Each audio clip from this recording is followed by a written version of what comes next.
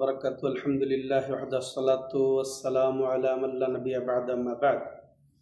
সম্মানিত দর্শক ও শ্রোতা মণ্ডলী, আল্লাহ রাব্বুল আলামিনের অশেষ মেহেরবানিতে আমরা আজ সৌদি আরবে 18 রমজানের মুবারকবাদ জানাই আপনাদেরকে। আওয়ার ইসলাম পেজ থেকে জানাই শুভেচ্ছা। তো আজকে যে গুরুত্বপূর্ণ বিষয় নিয়ে আপনাদের সামনে উপস্থিত তা হচ্ছে যে কালেমা লা ইলাহা ইল্লাল্লাহ আর যে শর্ত তা। তো আমরা ইতিপূর্বের পর্বে জেনেছি লা ইলাহা ইল্লাল্লাহর মর্মকথা। লা ইলাহা ইল্লাল্লাহ শুধু জপার কালেমা নয়, জিকিরের কালেমা নয়। হ্যাঁ, এটার সঠিক অর্থ জানতে হবে যে আল্লাহ ছাড়া সত্য মাবুদ নেই। এর দুটি পার্ট, দুটি অংশ বা দুটি রোকন জানতে হবে। যে অস্বীকার বলতে যে আল্লাহ ছাড়া যত বাতিল মাবুদকে অস্বীকার করা, আর একমাত্র দ্বিতীয় পার্ট বা দ্বিতীয় রকম হচ্ছে একমাত্র আল্লাহকেই রব মাবুদ হিসেবে গ্রহণ করা। তাই লা ইলাহা ইল্লাল্লাহ হচ্ছে জান্নাতের চাবি। তো লা ইলাহা ইল্লাল্লাহ জান্নাতের চাবি তখনই হবে যখন আমরা এর শর্তগুলো পূর্ণ করব। চাবির দাঁত থাকে, দাঁত ছাড়া তালা খুলে না। তেমনইভাবে লা ইলাহা ইল্লাল্লাহ জান্নাতের চাবি। তো এই চাবি দিয়ে ততক্ষণ পর্যন্ত আমরা জান্নাতে যেতে পারবো না যতক্ষণ পর্যন্ত আমরা দাঁত সাদৃশ এই শর্তগুলা পূর্ণ করব। তো আসেন, অতএব জরুরি যে এই শর্তগুলা জেনে সেগুলা বাস্তবায়ন করা বা এটা আমাদের জীবনে বাস্তবায়িত হওয়া। প্রথম শর্ত হচ্ছে লা ইলাহা ইল্লাল্লাহর অর্থ মর্ম সম্পর্কে জানা, তো এর উদ্দেশ্য সম্পর্কে জানা। তো জানার বিপরীত কি? অজানা, অজ্ঞতা। তো অজ্ঞতা দূর করতে হবে, লা ইলাহা ইল্লাল্লাহ সম্পর্কে অজ্ঞতা দূর করে লা ইলাহা ইল্লাল্লাহ যা দাবি সেটা পূর্ণ করতে হবে। লা ইলাহা ইল্লাল্লাহ কি জানবো আমরা? যে এই লা ইলাহা ইল্লাল্লাহর যেটা আমরা অর্থ ইতিপূর্বে বলেছি সেটা, যে এর মধ্যে দুইটা দিক আছে। একটা হচ্ছে অস্বীকার করা, অথবা আল্লাহ ছাড়া বাতিল মাবুদকে অস্বীকার করা, এবং আল্লাহকে একমাত্র মাবুদ হিসেবে গ্রহণ স্বীকৃতি দেওয়া। এটা জানা, এটা জানা, লা ইলাহা ইল্লাল্লাহর অর্থ সঠিক জানা যে আল্লাহ ছাড়া সত্য মাবুদ নেই। তো দলিল কি? আল্লাহ রাব্বুল আলামিন স্বয়ং তার রাসূলকে বলছেন ফাআলাম আন্নাহু লা ইলাহা ইল্লাল্লাহ, হে রাসূল আপনি লা ইলাহা ইল্লাল্লাহ জানুন। তেমনি ভাবে রাসূলুল্লাহ সাল্লাল্লাহু আলাইহি ওয়াসাল্লাম বলেছেন মান মাতা ওয়া হুয়া ইয়ালাম আন্নাহু লা ইলাহা ইল্লাল্লাহ দাখালাল জান্নাহ, যে ব্যক্তি এমত অবস্থায় মৃত্যুবরণ করলো যে জানে লা ইলাহা ইল্লাল্লাহ, শুধু বলে না, শুধু বলা না, শুধু জিকির না, যে জানে।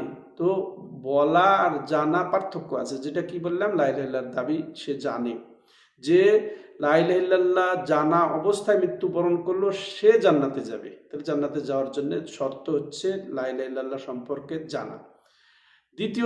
দ্বিতীয় শর্ত হচ্ছে ইয়াকিন, এর দাবির প্রতি ইয়াকিন থাকতে হবে, অগাধ বিশ্বাস স্বীকৃতি থাকতে হবে, নইলে এটাতে কোনো ফল আসবে না। তার যেমন প্রমাণ হিসেবে আমরা বলবো আল্লাহ রাব্বুল আলামিন বলছেন ইন্নামাল মুমিনুনা আল্লাযীনা আমানু বিল্লাহি ওয়া রাসূলিহি সুম্মা লাম ইয়ারতাবু, যে নিশ্চয় মুমিন তো তারাই যারা আল্লাহর প্রতি তার রাসূলের প্রতি ঈমান এনেছে, সুম্মা লাম ইয়ারতাবু, এরপরে আর কোনো সন্দেহ পোষণ করে নাই। আল্লাহর প্রতি ঈমানের ক্ষেত্রে, রাসূলের প্রতি ঈমানের ক্ষেত্রে কোনো ধরনের সন্দেহ পোষণ করে নাই। তাইলে এই ইয়াকিনের বিপরীত হচ্ছে শাক। ইয়াকিন বা দৃঢ় বিশ্বাস স্বীকৃতির বিপরীত হচ্ছে সন্দেহ। সন্দেহ মুক্তভাবে সে এই লা ইলাহা ইল্লাল্লাহ সম্পর্কে জানবে, বুঝবে। তার যেমন রাসূলুল্লাহ সাল্লাল্লাহু আলাইহি সাল্লাম এক্ষেত্রে বলেছেন যে আশহাদু আল্লা ইলাহা ইল্লাল্লাহ ওয়া আন্নী রাসূলুল্লাহ লা ইয়ালকাল্লাহু বিহিমা আবদুন গায়রা শাকিন ফিহিমা ইল্লা দাখালাল জান্নাহ, যে রাসূল সাল্লাল্লাহু নিজেই বলছেন আমি সাক্ষ্য দেই যে আল্লাহ ছাড়া সত্য কোনো মাবুদ নেই এবং আমি আল্লাহর রাসূল। এরপরে তিনি কি বলছেন সুসংবাদ দিয়ে, যে লা ইয়ালকাল্লাহু বিহিমা আবদুন গায়রা শাকিন ফিহিমা, যে সন্দেহাতীতভাবে সন্দেহমুক্তভাবে যে ব্যক্তি আল্লাহর সাথে সাক্ষাৎ করবে এই দুটি সাক্ষ্য নিয়ে, মানে লা ইলাহা ইল্লাল্লাহ মুহাম্মাদুর রাসূলুল্লাহ, এই দুই সাক্ষ্য নিয়ে যে সন্দেহ মুক্ত হয়ে আল্লাহর সাথে সাক্ষাৎ করবে অর্থাৎ মৃত্যুবরণ করবে, ইল্লা দাখালাল জান্নাহ, সে অবশ্যই জান্নাতে প্রবেশ করবে। মানে সন্দেহমুক্তভাবে এই শাহাদাতাইন দিয়ে যদি কেউ, তাহলে সন্দেহমুক্ত, তাহলে ইয়াকিনের সাথে লা ইলাহা ইল্লাল্লাহ আমাদেরকে জানতে হবে এবং বাস্তবায়ন করতে হবে। এরপরে তৃতীয় শর্ত হচ্ছে লা ইলাহা ইল্লাল্লাহ জানাতে যাওয়ার জন্যে এটাকে গ্রহণ করতে হবে, এর দাবি গ্রহণ করতে হবে, স্বীকৃতি জ্ঞাপন করতে হবে, কবুল করতে হবে। যে মনে করেন যে স্বামী স্ত্রী বর কনে একে অপরকে কবুল করে, তাই না? তো কবুল করলো মুখ দিয়ে কি তো এটা এই কবুল বলে কি যে কাবিল তো, বা আমি গ্রহণ করেছি, এই কবুল। তাহলে গ্রহণ করতে হবে, কালেমা লা ইলাহা ইল্লাল্লাহকে স্বীকৃতি দিয়ে কবুল করতে হবে। যেমন আল্লাহ রাব্বুল আলামিন বলেছেন যে ইন্নাহুম কানু ইযা কিলা লাহুম লা ইলাহা ইল্লাল্লাহ ইস্তাকবিরুন, যে এই কবুলের বিপরীত কি? প্রত্যাখ্যান করা, অহংকার করা। হ্যাঁ, তো আল্লাহ এই ক্ষেত্রে বলছেন যে যে কাফেরদের কথা, ইন্নাহুম কানু ইযা কিলা লাহুম লা ইলাহা ইল্লাল্লাহ, যখন তারা এমন ছিল, এমন যে যখন তাদেরকে বলে লা ইলাহা ইল্লাল্লাহ বলো বা লা ইলাহা ইল্লাল্লাহ ইস্তাকবিরুন, এই লা ইলাহা ইল্লাল্লাহ থেকে তারা অহংকার করে, হ্যাঁ, মুখ ফিরিয়ে নেয়, এরা এটা প্রত্যাখ্যান করে। তাইলে প্রত্যাখ্যান ব্যতীতই কবুল করতে হবে লা ইলাহা ইল্লাল্লাহকে, এর দাবিকে। এমনভাবে চতুর্থ হচ্ছে, চতুর্থ শর্ত হচ্ছে কি যে আনুগত্য, বশ্যতা প্রকাশ করা, লা ইলাহা ইল্লাল্লাহর দাবির প্রতি, লা ইলাহা ইল্লাল্লাহর প্রতি বশ্যতা, আনুগত্য প্রকাশ করা। যেমন আল্লাহ রাব্বুল আলামিন বলেছেন অমান ইসলিম ওয়াজহাহু ইলাল্লাহি ওয়া হুয়া মুহসিন ফাকাদ ইসতামসাকা বিল উরওয়াতিল উসকা, যে ব্যক্তি তার চেহারাকে মানে ইলাল্লাহ, আল্লাহর দিকেই একেবারে সুপর্দ করে দিল, আল্লাহর দিকে সুপে দিল নিজেকে, অহুয়া মুহসিন, আর সে প্রকৃত পক্ষে মুআহিদ, তাওহীদবাদী, এক আল্লাহর ইবাদতকারী, ফাকাদ ইসতামসাকা বিল উরওয়াতিল উসকা, সেই মূলত একেবারে মজবুত হাতল সে ধারণ করলো। তাহলে অবশ্যই তাহলে কি করতে হবে? বশ্যতার সাথে, আনুগত্যের সাথে বা সুপর্দ করে দিতে হবে লা ইলাহা ইল্লাল্লাহর দাবি আল্লাহর কাছে। তাহলে এটা হবে। তাহলে চতুর্থ শর্ত। সম্মানিত দর্শক শ্রোতা মণ্ডলী, যেমন হাদিসে এসেছে রাসূলুল্লাহ সাল্লাল্লাহু আলাইহি সাল্লাম বলেছেন যে লা ইউমিনু আহাদুকুম হাত্তা ইয়াকুনা হাওয়াহু তাবআন লিমা জিতু বিহ, যে তোমাদের কেউ ততক্ষণ পর্যন্ত মুমিন হবে না যতক্ষণ পর্যন্ত যে আমি যা কিছু নিয়ে অবতীর্ণ হয়েছি, আমি যা কিছু নিয়ে প্রেরিত হয়েছি, তার যে যতক্ষণ পর্যন্ত সেটা সে গ্রহণ না করবে, হ্যাঁ, তা সে আনুগত্য না করবে, হ্যাঁ, সে যতক্ষণ পর্যন্ত মেনে না নেবে। তো তাইলে অবশ্যই মেনে নিতে হবে, বশ্যতা স্বীকার করতে হবে আল্লাহ রব্বুল আলামিন রাসূলকে যা দিয়ে প্রেরণ করেছেন তার প্রতি। এবার সততা, সিদক।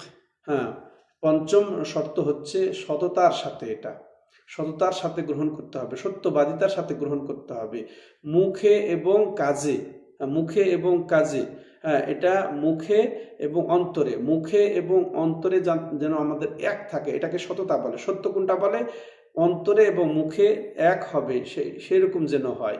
যেমন আল্লাহ রাব্বুল আলামিন বলছেন ফালিয়ালামান্নাল্লাহুল্লাযীনা সাদাকু ওয়া লিয়ালামান্নাল কাযিবিন, যে আল্লাহ রাব্বুল আলামিন অবশ্যই জানেন যারা সত্যবাদী এবং কারা এই ক্ষেত্রে মিথ্যাবাদী। তো এই কালেমার ক্ষেত্রে কালেমাকে সততার সাথে কে গ্রহণ করতে পেরেছে এটা আল্লাহ রাব্বুল আলামিন খুব জানেন, তেমনি কারা মিথ্যাভাবে এইটা অন্তরে নাই কিন্তু মৌখিকভাবে স্বীকৃতি দেয়, এটাও আল্লাহ রাব্বুল আলামিন ভালো জানেন। যেমন রাসূলুল্লাহ সাল্লাল্লাহু আলাইহি সাল্লাম বলেছেন মা মিন আহাদিন ইয়াশহাদু আল্লা ইলাহা ইল্লাল্লাহ ওয়া আন্না মুহাম্মাদান আবদুহু ওয়া রাসূলুহু সিদকান মিন কলবিহি ইল্লা হারামাল্লাহু আলান নার, যে এমন কোনো ব্যক্তি নেই যে সাক্ষ্য দেবে যে আল্লাহ ছাড়া সত্য মাবুদ নেই, হ্যাঁ, মুহাম্মদ আল্লাহর বান্দা ও রাসূল, সিদকান মিন কলবিহি, অন্তর থেকে একের সততার সাথে, সত্যবাদিতার সাথে, সিদকান মিন কলবিহি ইল্লা হারামাল্লাহু আলান নার, তাহলে কি হবে? তো অবশ্যই তার জন্য আল্লাহ রাব্বুল আলামিন জান্নাতের জন্য তাকে হারাম করে দিবেন। আল্লাহু আকবার। তাহলে তো অন্তর থেকে সততার সাথে, মুখে এবং অন্তরে যা বলবো সেটা সততার সাথে এটা নিতে হবে। তো পঞ্চম বা ষষ্ঠ শর্ত হচ্ছে, হ্যাঁ, ষষ্ঠ শর্ত হচ্ছে ইখলাসের সাথে, একনিষ্ঠতার সাথে, মানে শিরক মুক্তভাবে একেবারে আমলটা হবে নিখুঁত, পূত, পবিত্র, পরিষ্কার। এতে অন্য কোনো চিন্তা চেতনা থাকবে না, অন্য কোনো উদ্দেশ্য থাকবে না। যেমনটি আল্লাহ রাব্বুল আলামিন বলেছেন, মিনান নাসি মান ইয়াত্তাখিযু মিন দুনিল্লাহি আনদাদা, যে এই ক্ষেত্রে আয়াতটি হচ্ছে যে আলা লিল্লাহিদ দীনুল খালিস, আর তোমরা জেনে রাখো অবশ্যই যে আল্লাহর জন্যেই দিন একনিষ্ঠ হতে হবে, খালিস হতে হবে, নিখুঁতভাবে হতে হবে। কুলিল্লাহ আবুদ মুখলিসান লাহু দীনি, যে হে নবী আপনি বলে দিন আল্লাহ যে তারই তোমরা ইবাদত করো, মুখলিসান লাহু দীনি, আমার এই দিনকে একেবারে খালেস করে, নিখুঁত করে। এরপর রাসূলুল্লাহ সাল্লাল্লাহু আলাইহি সাল্লাম এই ক্ষেত্রে কি বলছেন, আসআদুন নাসি বিশাফাআতি মান ক্বালা লা ইলাহা ইল্লাল্লাহ খালিসাম মিন কলবি, যে ওই ব্যক্তি আমার সুপারিশে সৌভাগ্যবান হবে যে ব্যক্তি লা ইলাহা ইল্লাল্লাহ কালেমাকে একেবারে খালিস দিলে, হ্যাঁ, খালিস দিলে অন্তর থেকে নিখুঁতভাবে বলবে আল্লাহু আকবার। তাহলে ইখলাসের সাথে কালেমা লা ইলাহা ইল্লাল্লাহ গ্রহণ করতে হবে, বলতে হবে। এরপর সপ্তম শর্ত হচ্ছে কি মহাব্বতের সাথে, আন্তরিকতার সাথে এই কালেমার দাবিকে গ্রহণ করতে হবে, পূর্ণ করতে হবে। তো এটা বিনা ঘৃণা ছাড়াই একে স্বতঃস্ফূর্ত ভাবে, যেমন আল্লাহ বলছে, মিনান নাসি মান ইয়াত্তাখিযু মিন দুনিল্লাহি আনদাদা ইউহিব্বুনাহুম কাহুব্বিল্লাহ ওয়াল্লাযীনা আমানু আশাদ্দু হুব্বান লিল্লাহ, যে মানুষের মধ্যে অনেকে আছে যারা কি আল্লাহকে বাদ দিয়ে তাদের সমকক্ষকে, আল্লাহর সমকক্ষকে বা ওই তাদের কি বলবো আউলিয়াকে, অন্যদেরকে তারা গ্রহণ করে মাবুদ হিসেবে এবং তাদেরকে ভালোবাসে আল্লাহর ভালোবাসার মতো। কিন্তু ওয়াল্লাযীনা আমানু, যারা ঈমানদার, আশাদ্দু হুব্বান লিল্লাহ, তারা সবচেয়ে বেশি বা কঠিনভাবে আল্লাহকে ভালোবাসে। তাহলে কঠিনভাবে আল্লাহকে ভালোবাসতে হবে, এটাই মুমিনদের চরিত্র, সেটাই আল্লাহ রাব্বুল আলামিন এখানে স্পষ্ট করে দিয়েছেন। তাহলে কালেমাকে কঠিনভাবে ভালোবেসে আন্তরিকতার সাথে এটা বরণ করতে হবে, নচেত কাজে হবে না, জান্নাতে যাওয়া যাবে না। যেমন রাসূলুল্লাহ সাল্লাল্লাহু আলাইহি ওয়াসাল্লাম বলেছেন, লা ইউমিনু আহাদুকুম হাত্তা আকুনা আহাব্বা ইলাইহি মিন ওয়ালাদিহি ওয়া ওয়ালিদিহি ওয়ান নাসি আজমাইন, তোমাদের মধ্যে কেউ মুমিন হতে পারবে না যতক্ষণ পর্যন্ত আমি তার নিকটে যে তার সন্তান সন্ততি এবং তার পিতামাতা, এমনকি সমস্ত মানুষ চেয়ে প্রিয় বা বেশি মহব্বতের না হব। তাহলে এই আল্লাহকে, তার রাসূলকে সবচেয়ে বেশি মহব্বত করতে হবে। তাহলে এটারই দাবি কালেমা লা ইলাহা ইল্লাল্লাহর দাবি। তাহলে এই 7 শর্তে যদি আমরা লা ইলাহা ইল্লাল্লাহর দাবিকে বাস্তবায়ন করতে পারি, তাইলে আমরা জান্নাতে যেতে পারবো। নচেত একটা শর্ত যদি অবর্তমান থাকে তাহলে কখনোই জান্নাতে যাওয়া সম্ভব নয়। দেখুন সম্মানিত দর্শক ও শ্রোতা মণ্ডলী, এখানে লা ইলাহা ইল্লাল্লাহ এটা জান্নাতের চাবি, এটা আমরা জানি। তো এটা চাবি ততক্ষণ হবে না যতক্ষণ পর্যন্ত আমরা লা ইলাহা ইল্লাল্লাহ সম্পর্কে অজ্ঞতাকে দূর করে ইলম অর্জন করব। এর দাবি কি? যে আল্লাহ ছাড়া সত্য মাবুদ নেই। সকল বাতিলকে বাতিল মাবুদকে অস্বীকার করা, একমাত্র আল্লাহকে মাবুদ হিসেবে স্বীকৃতি দেওয়া। তাহলে এই ইলম, তা আপনি জানা ছাড়া কিভাবে এটা আপনি গ্রহণ করবেন? তাহলে জানা এটা প্রথম শর্ত। লা ইলাহা ইল্লাল্লাহ সম্পর্কে জানা এটা প্রথম শর্ত। দ্বিতীয়, এর যদি ইয়াকিন না থাকে, আপনি মুখে যতই বলেন কিন্তু অন্তরে ইয়াকিন, স্বীকৃতি নাই, তাহলেও সেটা গ্রহণযোগ্য হবে না। তারপরে তৃতীয়ত, এই কালেমাকে যদি কবুল না করেন তাহলেও এটা গ্রহণযোগ্য নয়। কবুল করেছেন, আপনি এর হক আদায় করেন না। বর কনে সে একে অপরে কবুল করে, কিন্তু যদি তাদের পারস্পরিক যে হক এটা প্রতিষ্ঠিত হয়ে যায় কবুলের ফলে, সেটা দিল না, একজন আরেকজনকে দিল না, একজন এক দেশে আরেকজন আরেক দেশে, এইভাবে থেকে গেল, তাহলে কি সেটা গ্রহণ করা হলো?